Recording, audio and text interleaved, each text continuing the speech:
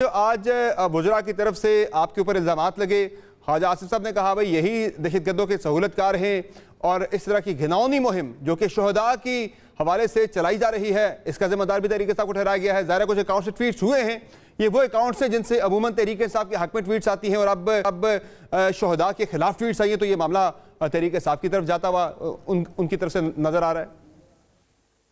बहुत शुक्रिया। बिस्मिल्लाह रहमान रहीम। अल्लाहुम्मा सल्लि व सल्लिम व बारिक अला सय्यिदिना मोहम्मद व अला आलि मोहम्मद। शुहदा के बारे में अल्लाह फरमाते हैं कि वला तक़ूलू लिमन युक़्तलू फ़ी सबीलिल्लाहि अमवात बल अहयाउन वलाकिन ला तशऊरून। मत कहो उनको जो अल्लाह की राह में मारे गए वो जिंदा हैं लेकिन तुम्हें इसका इदराक नहीं। ये जो हमारे जवान शहीद हुए हैं इस पे हकीकतन दिल बहुत अफसरदा है, क्योंकि रमज़ान के महीने में ये बहुत बड़ा एक जुल्म हुआ है। लेकिन बहरहाल हमारे जवानों ने मुल्क का दिफा भी किया और वो हमला जो हुआ वो पसपा भी हुआ। लेकिन जो 2 अफसरान और 5 जवान शहीद हुए हैं उस हमले को सब ने कंडेम किया है, जो भी पाकिस्तान से मोहब्बत करते हैं। और मैं ये समझता हूँ कि ये अगर किसी ने शहीदों की बेतकरीमी की है, ये शहीदों की बेतकरीमी नहीं है, ये पाकिस्तान दुश्मनी है। मैं तो मुतालबा करूंगा कि जिन लोगों ने ये किया है उनके खिलाफ बाकायदा सख्त सख्त कार्रवाई करें। लेकिन इसको सियासी रंग देने से नुकसान ये होगा कि अगर आप इसको सियासी रंग देंगे तो जो शहीदों के घर हैं वो अपने आप को फिर बहुत ही ज्यादा एक मुश्किल सूरत हाल में पाते हैं, क्योंकि इन शहीदों के साथ हम सब खड़े हैं। उसमें कोई नून या पीपल्स पार्टी या पीटीआई नहीं होता, हम सब एज अ पाकिस्तानी अपने इन शहीदों के साथ, उनकी फैमिलीज के साथ खड़े हैं। और हम तो आम जो अवामी जो लोग हैं, हमारे तो घरों में जब ये शहादतें आती हैं तो फिर तो हम सब उनकी फातिहा पे जाते हैं, हमारे इलाकों में हर जमात के लोग जाते हैं और उनके साथ इजहार यकजहती करते हैं।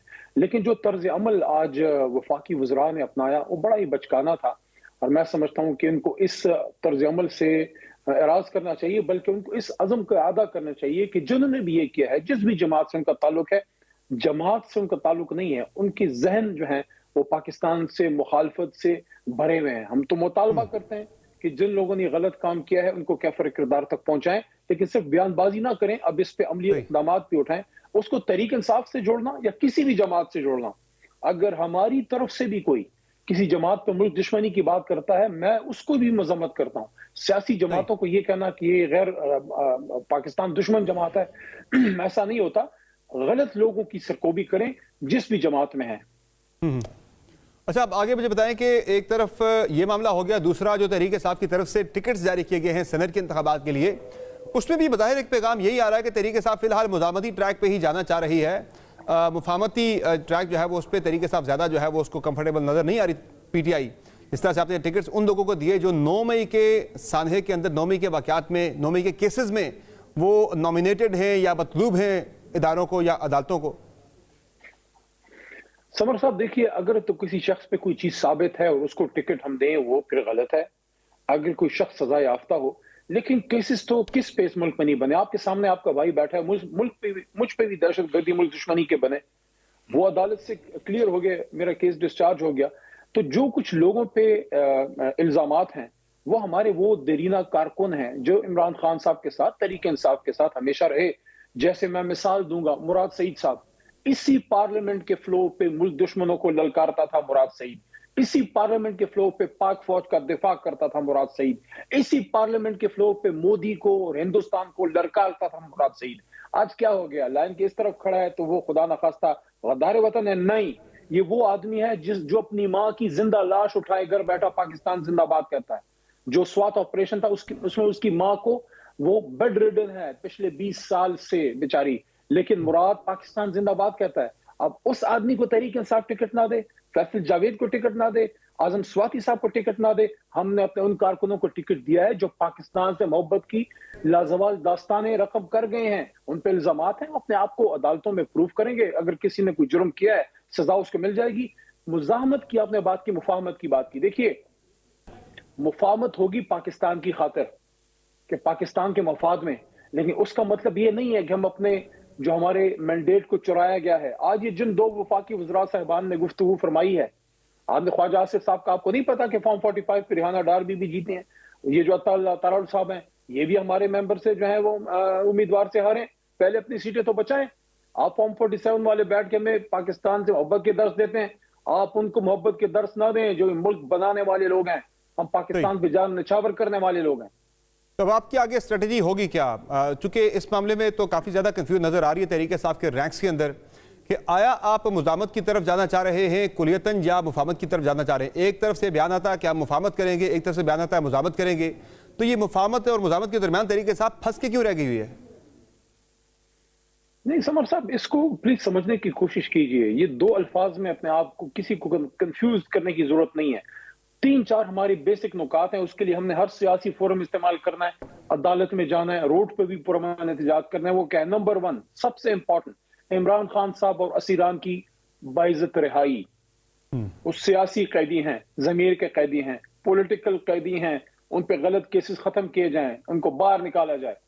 अगर उन्होंने पाकिस्तान के लिए जो किरदार अदा किया वो किसी को पसंद नहीं है, वो हमारा मसला नहीं है। अगर इमरान खान साहब ने बर्मला एब्सोल्युटली नॉट कहा, वो हमारा मसला नहीं है। जिसको पसंद नहीं है वो अपना काम करे। इमरान खान ने पाकिस्तान के वजीर आजम के तौर पे मुल्क का दिफा किया, जब पाक सरजमीन के 1 इंच को भी किसी को देने से इनकार किया। ये वो काम है जिसका उसने ओथ लिया। नंबर 2, हमारे मैंडेट पे जो डाका डाला गया उसकी वापसी होनी चाहिए। अवाम ने मैंडेट तहरीक इंसाफ को दिया, 178 to be exact Tehreek Insaf की सीटें हैं, 17 to be exact Muslim League Noon की सीटें हैं। और तीसरा और आखिरी नुकता यह है रूल ऑफ लॉ, जिसमें समर अब्बास का और किसी वजीर आला या किसी वजीर आजम के बेटे और बेटी का इस्तेकाक बराबर हो।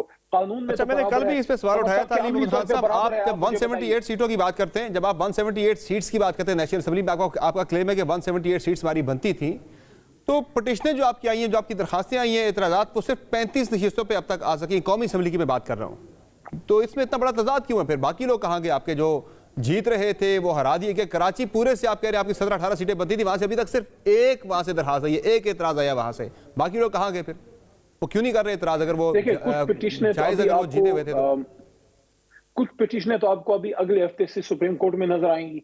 दूसरी बात यह है कि हमें बहुत से लेकिन सर, जो इंतखाबी धांधली के लिए, इंतखाबी उजरदारी के लिए जो प्लेटफॉर्म्स होते हैं, वो ट्रिब्यूनल्स होते हैं, या आप इलेक्शन कमीशन में फौरी तौर पर दरखास्त लेके आते हैं अगर आप कॉन्फिडेंट हो कि हाँ मैं ये जीत रहा था? मैं दोबारा अर्ज कर रहा हूं, कुछ फॉर्म 45 हमारे पास अपने कुछ हलकों के कंप्लीट मौजूद है, लेकिन ऑफिशियल फॉर्म 45 अभी तक बहुत सी जगहों पे रिलीज नहीं हुए। और उस सिलसिले में ट्राइब्यूनल में हमारे लोग गए हैं, मजीद भी जाएंगे, और सुप्रीम कोर्ट में हम पिटीशन करने लगे, जिसमें हमारे पास कोई 80-90% के करीब फॉर्म 45 मौजूद हैं। उन हलकों के हम पहले बैच में जाके सुप्रीम कोर्ट में करेंगे, कम से कम 20-25 हलके वो हैं। और सेकंड बैच में जैसे ही हमारा डाटा तैयार होता है उसको भी हम, क्योंकि हम नहीं चाहते कि हम हाफ कुक्ड मटेरियल से इनकम्प्लीट नामुकम्मल तैयारी से सुप्रीम कोर्ट में या ट्राइब्यूनल्स में जाएं।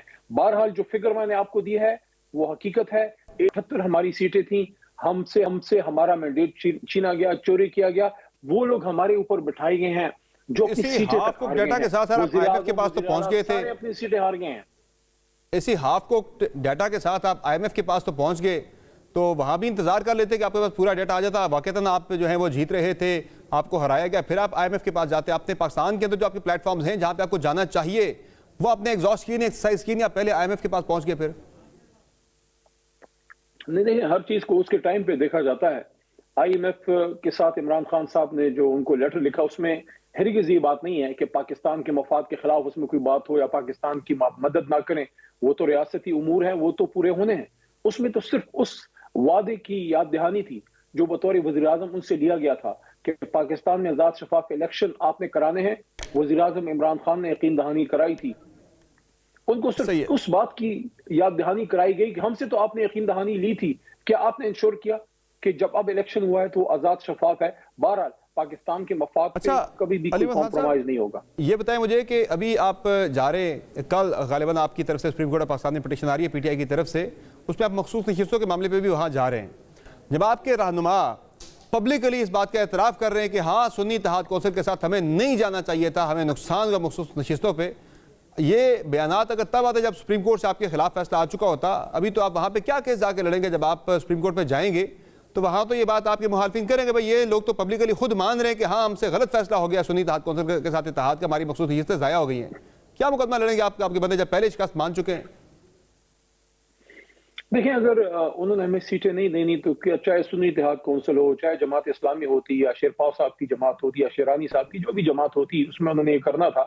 बड़ा अजीब लगा कि तातारियों के हमले की तरह जिस तरह माली गनीमत जो है वो तकसीम होता है, उसी तरह तहरीक इंसाफ की 3.25 करोड़ वोट लेने वाली जमात की 93 सीटें, जो हमें इतने बड़े कट आउट के बाद भी हमें 93 सीटें मिली हैं, हालांकि आधा मैंडेट हमारा चुराया गया है। आपने हमारी सीटें उठा के उनको दे दी जिनका मैंडेट ही नहीं था, उनको तो अपने मैंडेट के नहीं, वो मुताबिक आपकी सीटें बात मिल बिल्कुल चुकी थी। जायज है, वो आपकी बात सुप्रीम बिल्कुल कोर्ट ऑफ जायज है, पाकिस्तान में, वो आपकी बात बिल्कुल जायज है, मैं आपकी बात से बिल्कुल एग्री करता हूं। बल्ले के केस में थे, मेरी अर्ज सुन लीजिए ना, सुप्रीम कोर्ट ऑफ पाकिस्तान में बल्ले के केस में जब हम गए थे, चीफ जस्टिस साहब ऑन रिकॉर्ड हैं कि उन्होंने ये बात की थी कि मखसूस नशिस्तों पे जब आपका कोई इशू हो तो आप आइएगा, हम पर उम्मीद है सुप्रीम कोर्ट से हमें हमारा हक मिलेगा इंशाल्लाह, और हमारी जो रिजर्व सीट्स की जो खवातीन है, देखिए 3.25 करोड़ वोट लेने वाली जमात की जो खवातीन है, क्या उनका हक नहीं है?